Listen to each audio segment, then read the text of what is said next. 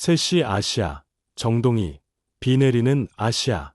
2025년 한국은 유독 비가 지겨울 정도로 계속 내립니다. 호주는 어떠한가요? 학교에서 세계는 5개의 대륙으로 구성되어 있다고 배우지만 실제 세상은 많이 다릅니다.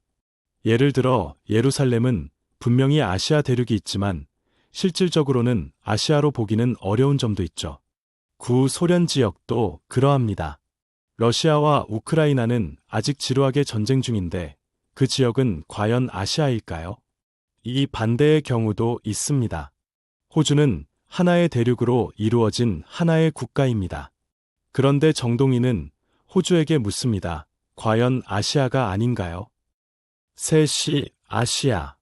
저는 대구 성광고에 딱 1달 다니고 혼자 공부하다가 병도 좀 앓는 와중에 검정고시를 통해 예정보다 1년 일찍 월장하여 서울대 심리학과에서 공부했고 석사과정은 경영학과 졸업했습니다.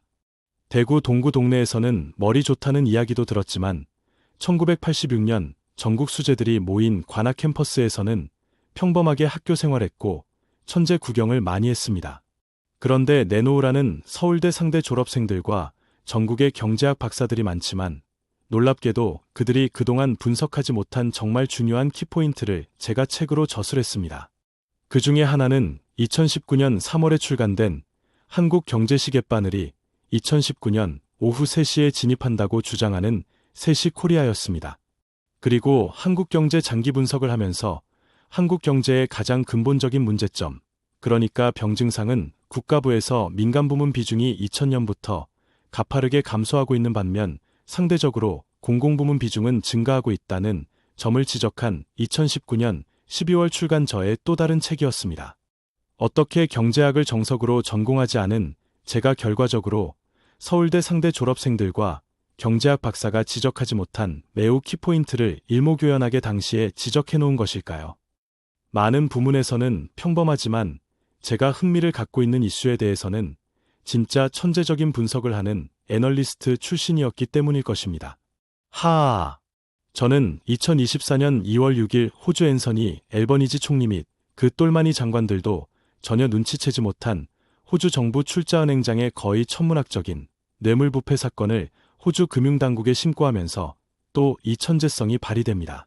그런데 제가 호주 정부의 과거 역사를 옳게 관심을 가지지 못해서 그들을 과신하는 오류를 범해 지난 1년간 호주 법무장관과 재무장관 등에게 뒤통수를 번갈아가며 그리고 연이어 맞으며 엄청나게 거꾸로 밟히는 상황이 지속되고 있습니다.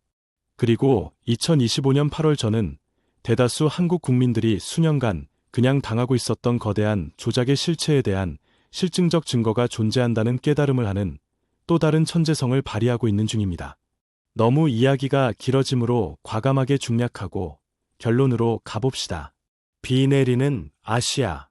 예전 같으면 이 정도 깨달음 단계에서는 분명히 11번째 져서 지필에 들어갔을 터이지만 지금 저의 상황은 너무 안 좋아 그러지 못합니다.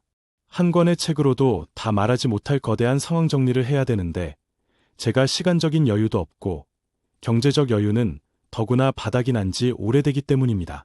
제가 제목으로 말하는 뉘앙스를 일단 전해드리고 다음의 질문을 해보겠습니다. 2025년 한국은 유독 비가 지겨울 정도로 계속 오늘 토요일도 내리고 있는데 2026년에는 어떻게 될 것 같습니까? 저는 기상 전문가가 아니므로 모릅니다. 그런데 실물경제 분석 전략가라서 2019년에 한국 경제가 오후 3시에 들어가는 걸 지적하면서 한국 경제가 오후 4시에 진입하는 시기는 아주 빠르면 2026년부터이고 확률적으로는 2029년과 2032년 사이에는 반드시라는 말을 사용할 정도로 진입 시기를 그때 이미 예상하고 책으로 낸 바 있습니다. 오늘 제가 여기에 더 첨부드릴 내용은 한국의 경제시계바늘 뿐만 아니라 아시아의 경제시계바늘도 그러할 거라는 점이 되겠습니다. 제가 말하는 아시아는 중동 지역과 구소련 지역을 제외한 아시아이고 호주도 포함됩니다.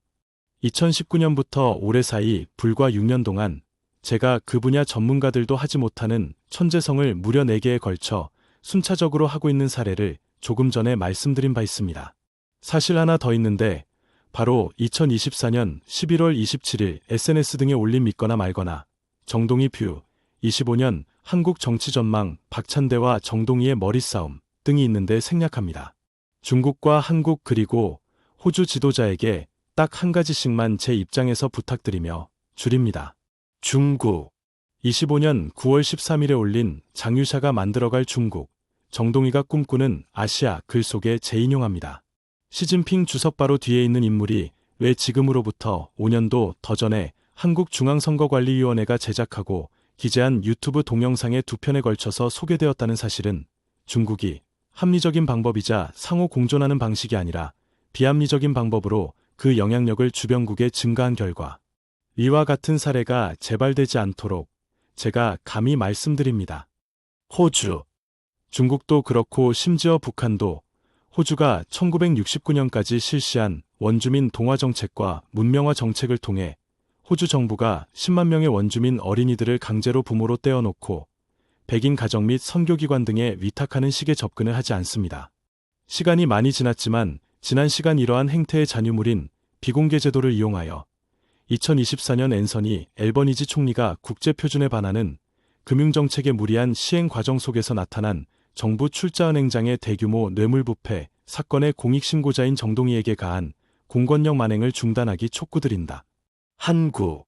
이재명 출범 이후 처절하게 호주 정부와 싸우고 있는 저와 저의 부모들이 국민신문고를 통해 세 차례 SOS 구조 신호를 보내는데도 취하 버튼도 안 눌렀는데 취하하는 식의 사기 실용애교 슬로건만 말하지 말고 조직은 연락에 방대한데 무능과 비합리로 길들여진 공적부문 구조조정을 할 용기가 윤석열 전 대통령처럼 없다면 신용이라도 해라.